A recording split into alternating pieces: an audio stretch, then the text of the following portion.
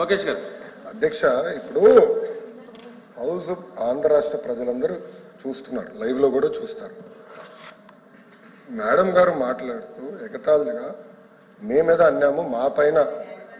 Madam గారు ఒక్క నిమిషం పూర్తి చేయండి. ఎవరో సభ్యులు చెప్పారు, నేను పూర్తి ఎవరికి నేను మాట్లాడలేదు. మళ్ళీ నేను ఇప్పుడు నుంచున్నా, నా ఛాన్స్ మాట్లాడి నేను ఎగతాళి చేస్తూ కేంద్ర ప్రభుత్వంతో మా పైన ఆధారపడి ఉంది అంటాం కరెక్ట్ కాదు అధ్యక్ష. నేను మళ్ళీ చాలా స్పష్టంగా చెప్తున్నా, తెలుగుదేశం పార్టీ కానీ జనసేన పార్టీ కానీ అన్కండిషనల్ గా మేము సపోర్ట్ చేసాం కేంద్ర ప్రభుత్వం. ఆనాడు ప్రధానమంత్రి గారిని చంద్రబాబు నాయుడు గారు కానీ పవన్ అన్న కోరింది రాష్ట్రాన్ని మీరు కాపాడాలి, పెట్టుబడులు నిధులు ఇవ్వాలి అని చాలా స్పష్టంగా చెప్పాం. దాంట్లో భాగంగా మేము తీసుకొచ్చాం. రైల్వే జోన్ తీసుకొచ్చింది మేము అధ్యక్ష. విశాఖ ఉక్కుని కాపాడింది ఎన్డీఏ ప్రభుత్వం అధ్యక్ష. గతంలో కాపాడింది ఎన్డీఏ ప్రభుత్వం, మళ్ళీ కాపాడింది ఎన్డీఏ ప్రభుత్వం అధ్యక్ష. వాజ్పేయి గారు కాపాడారు, ఇప్పుడు నరేంద్ర మోడీ గారు కాపాడారు. మేము వెళ్ళి మాట్లాడాం, మేము చర్చించాం, అది జరిగింది. అంతేకాకుండా అధ్యక్ష అమరావతికి నిధులు తీసుకొచ్చాం, పోలవరానికి నిధులు తీసుకొచ్చాం. సో అధ్యక్ష మళ్ళీ నేను మేడం గారిని కోరేది, కేంద్ర ప్రభుత్వం సహకారం ఆంధ్ర రాష్ట్రానికి చాలా చాలా అవసరం. వక్రీకరిస్తూ ఎగతాళి చేస్తూ మాట్లాడటం కరెక్ట్ కాదు. మేము అన్కండిషనల్ గా సపోర్ట్ చేసాం. వీఆర్ పార్ట్ ఆఫ్ ఎన్డీఏ అధ్యక్ష. మళ్ళీ ఎన్నిసార్లు చెప్పాలి నేను? మా సపోర్ట్ అన్కండిషనల్. ఎన్నికల ముందల మేము చేరం ఎన్డీఏలో.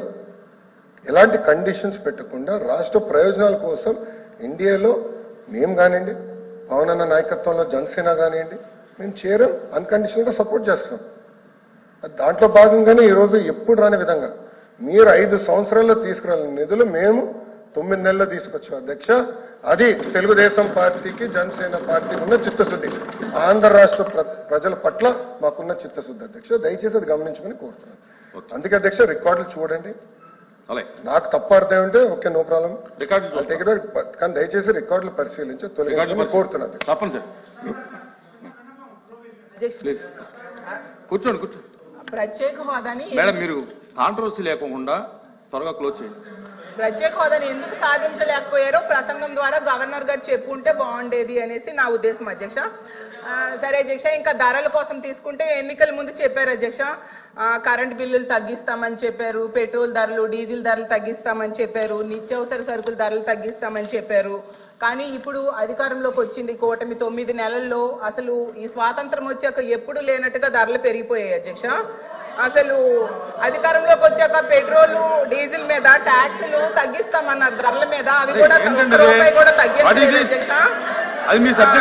ఇవన్నీ కూడా ఎందుకు తగ్గించలేదు గవర్నర్ గారు ప్రస్తావించలేదు అధ్యక్ష. ప్రతిదానికి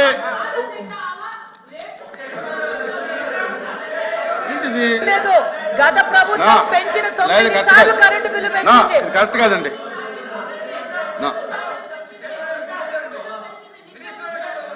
ఏంటంటే ఇప్పుడు కన్సర్న్ మినిస్టర్ మాట్లాడవచ్చు, ఇబ్బంది ఏం లేదు. ఇప్పుడు ప్రతి సబ్జెక్ట్ కి లేకపోతే ఎలాగా?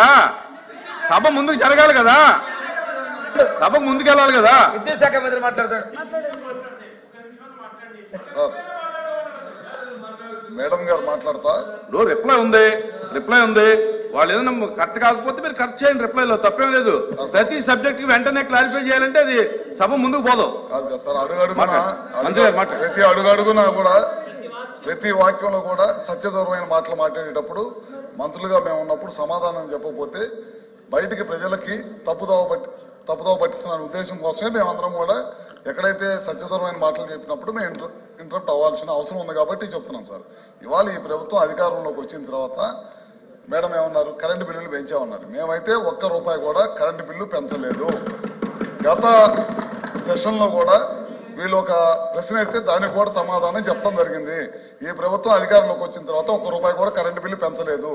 గడిచిన ప్రభుత్వం ఈ రాష్ట్రంలో దాదాపు 9 సంవత్సరాలు 9 సార్లు కరెంటు బిల్లు పెంచింది అని చెప్పి కూడా పోయినసారి కూడా చెప్పడం జరిగింది సార్. అన్నాం అధ్యక్ష. మరి 15,000 కోట్ల భారం ఎలా పెరిగింది?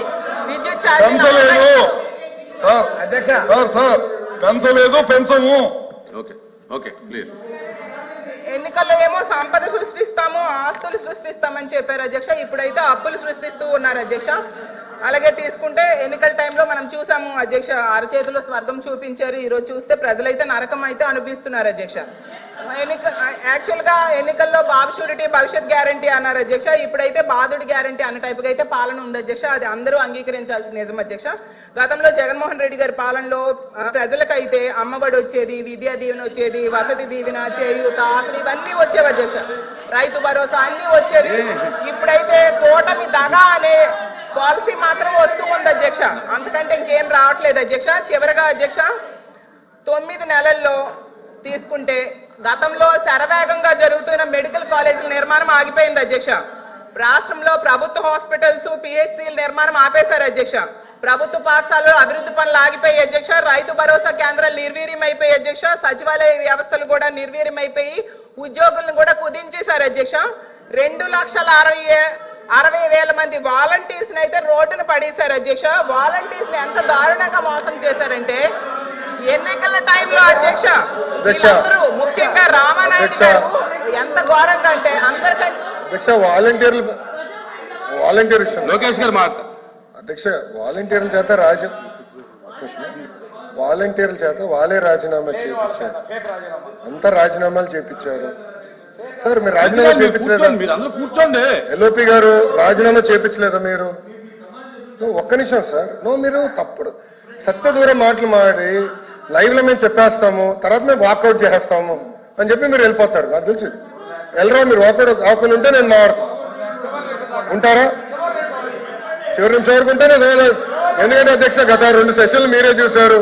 అట్లా వెళ్ళిపోతారు మళ్ళీ బయటికి. ఆ తలుపు నుంచే వాకౌట్ అంటారు. సో అధ్యక్ష ఏమవుతుందంటే అధ్యక్ష ప్రతి సెషన్ లో సత్య దూరం మాటలు మాడేసి సింపుల్ గా తప్పించుకుంటారు అధ్యక్ష. సో క్లారిఫికేషన్ ఇవ్వాల్సి వస్తుంది అధ్యక్ష. క్లోజ్ చేయండి, క్లోజ్ చేయండి, అధ్యక్ష. క్లోజ్ చేయండి. ఫైనల్ అధ్యక్ష 2 నిమిషాలు. చంద్రబాబు నాయుడు గారు, పవన్ కళ్యాణ్ గారు చెప్పారు, కావాలంటే వీడియో చూపిస్తాను అధ్యక్ష. మేము అధికారంలోకి వచ్చాక 5,000 నుంచి 10,000 చేస్తాము. 10,000 అవ్వగానే చించినాడ పూతరేకులు చాలా ఫేమస్, అవి ఇవ్వండి అని చెప్పారు అధ్యక్ష. వాలంటీర్స్ నమ్మి ఓటేసే ముందు చించినాడ పూతరేకులు ఏమో ఆర్డర్ పెట్టేసి వెళ్ళి ఓటేసి వచ్చారు అధ్యక్ష. చూసేసరికి ఈ ప్రభుత్వం అధికారంలోకి వచ్చింది, ఉద్యోగాలన్నీ తీసేశారు అధ్యక్ష. భవిష్యత్తు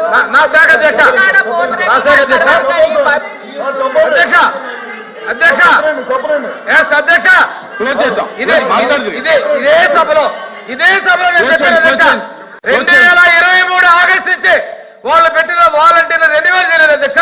రెన్యువల్ చేయకుండా లేని వాళ్ళు రాజీనామాలు డ్రామాలు ఆడతారు వీళ్ళు. మేము అనుకున్నాం బయట ఉన్నాం అధ్యక్ష. ఉన్నారేమో రెన్యువల్ చేస్తే జీతాలు ఇద్దాం అనుకున్నాం అధ్యక్ష. రెన్యువల్ చేద్దామని చూస్తే వాళ్ళు లేరు అధ్యక్ష. లేని వాళ్ళకి ఇవ్వలేకపోయాం, అసత్యాలు మాట్లాడతాం అధ్యక్ష. వీళ్ళు ఎంత పాల్కులాడినా, ఎంత సానుభూతి చూసినా వీళ్ళు చేసిన ద్రోహాన్ని వాళ్ళు గమనించారు అధ్యక్ష. వీళ్ళు చేసిన మోసాన్ని గమనించారు అధ్యక్ష. ప్రజలు వీళ్ళు తిరస్కరిస్తే వీళ్ళు ఇంకా నీతులు మాట్లాడతారు అధ్యక్ష. అయిపోయింది, 11తో కూర్చోబెట్టారు. అయినా కానీ ఆ రోజు అమ్మఒడి అది చేశాము. జనాలు తీర్పించారండి, జనాలు తీర్పించారు. ప్రజా తీర్పులు గౌరవించండి మీరు. క్లోజ్ చేయండి. పేదరిక రహిత సమాజం పడుతున్నామని చెప్పారు అధ్యక్ష. ఈ పథకాలన్నీ ఆపిస్తే, అలాగే చదువు, ఆరోగ్యం, ఉపాధి అవకాశాలు దెబ్బతీస్తే పేదరిక రహిత సమాజం వస్తుందని అడుగుతున్నాను అధ్యక్ష. చివరగా అధ్యక్ష కూర్చోండి, కూర్చోండి, తిరిగి కూర్చోండి. అయిపోయింది, కూర్చోండి.